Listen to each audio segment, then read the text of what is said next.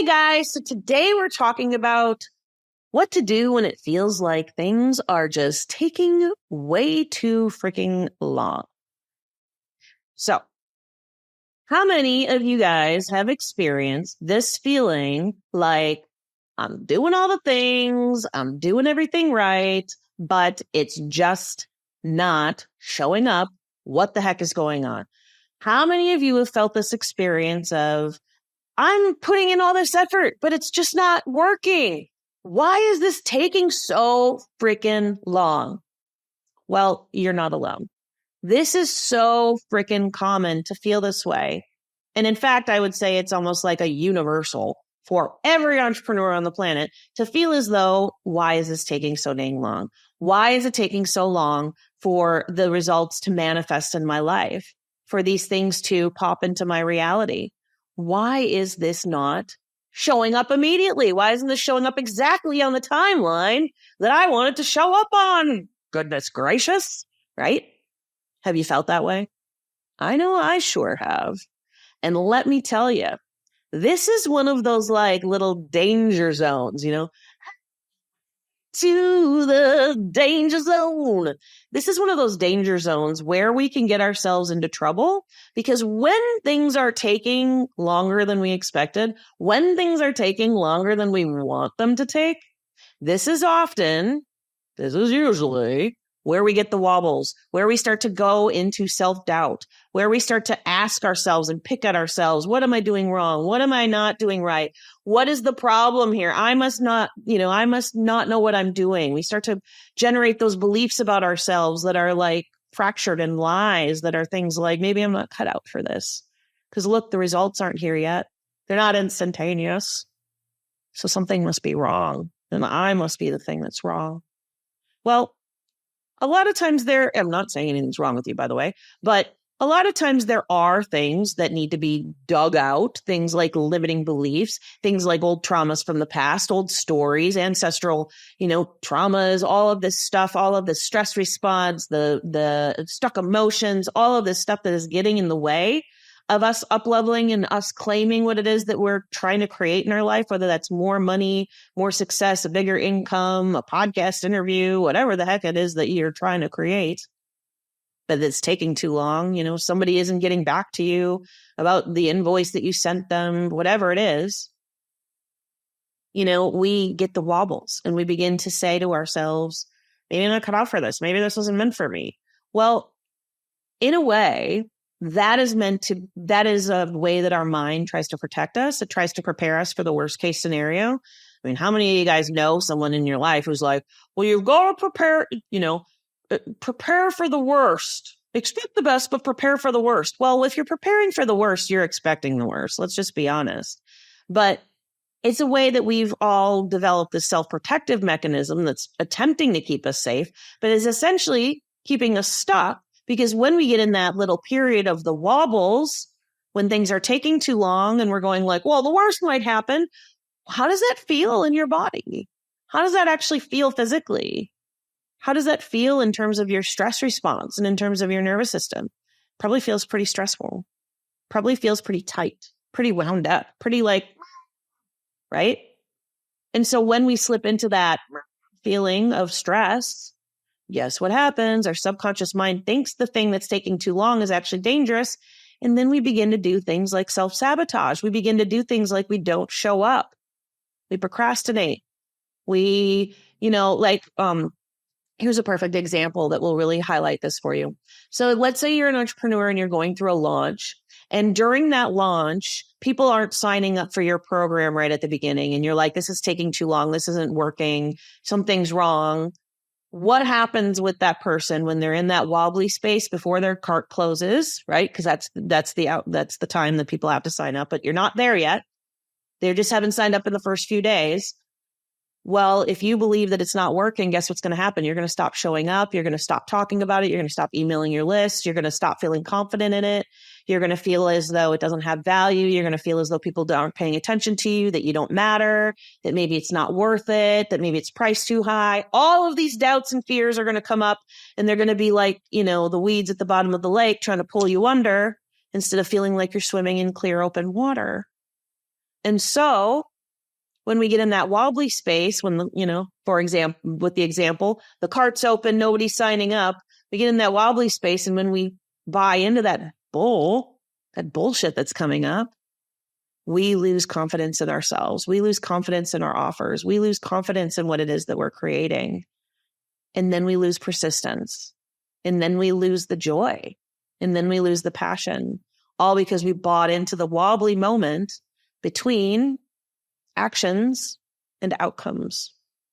Whereas if we can hold our energy through that launch, regardless of what's going on around us, regardless of what the outcomes are not there, that's when we create the thing that we want when the cart closes in this example, but when we can actually get there. So the other important thing to really understand when it comes to this is there is a gap. There's always a gap between action and outcome. The actions that you take today create an outcome in the future. The outcomes that you see today are due to actions you've taken in the past. So our actions and outcomes are like the sonic boom of an airplane, right? You hear the boom after it's actually happened, not simultaneously. It's like the trail of ripples behind a boat. You don't see the ripples in the boat in the same exact place. The ripples come afterwards. They're generated by the action of the boat, but they come after. The outcome comes after. The problem is that we're in a freaking, immediate gratification society that has caused us to feel as though unless we have an immediate dopamine hit, that something's wrong, but nothing is wrong. This is just the way it works when we put out these actions, when we have these aligned actions, is that the impact, the effects, the outcomes happen afterwards. Our role, our number one strength, but also potential weakness, is the wobbly bits between, is the wobbly bits where we feel like it's taking too long and we begin to question ourselves and we begin to lose our faith. It's the persistence to keep going that makes that sonic boom happen, where we actually see the outcome, where the launch succeeds because everybody buys on the last day, because we kept our energy up and we kept our belief and our faith and our trust and our confidence all up the whole time, instead of bowing down to the old way of being, which is that wobbly moment means something about me.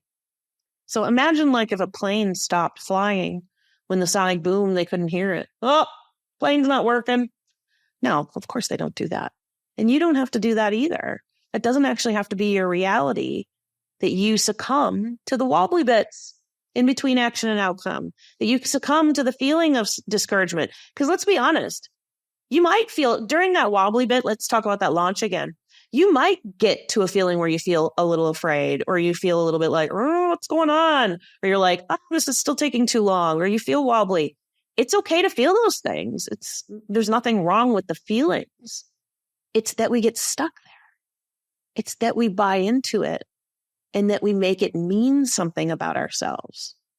It's that we begin to make it a monster instead of a mouse in the closet. The other really important factor here to consider is that this point when we feel like things are taking too long, this is when we often slip into self-judgment. This is when we often slip into a feeling like I've done something wrong. I should be over here. This is when we actually begin a lot of times to slip into comparison. We start to see people on Instagram. Oh, they're making it work. What are they doing that I'm not doing? I must be doing something wrong. We begin to look at other pieces of evidence for how what we're doing is faulty, isn't enough. Are there new things that we could do? Probably. Are there mindset shifts that we could make? Yeah, maybe. But it doesn't mean that we're not enough. It doesn't mean that we have to allow fear and self-doubt to take the wheel to be the leader in our business, because you're the leader in your business, right? It takes us out of our ability to persist because of the judgment we're putting on ourselves, because we're listening to that inner asshole in our head that's saying, well, you should be over there. Should have happened by now. The fact that it didn't means that fill in the blank with whatever your nasty little voice inside of your head says. And this is when then it becomes a stressor. This is when the subconscious mind then believes that this thing is dangerous, that this thing is a threat, and that we have to hold back from it, from the thing we most deeply want. And our nervous system becomes dysregulated, and we stay in that chronic sense of stress, and we get tighter, and we get more constricted, and we lose capacity to think straight. We get dumber. We don't have our creativity and our intuition and our joy on board.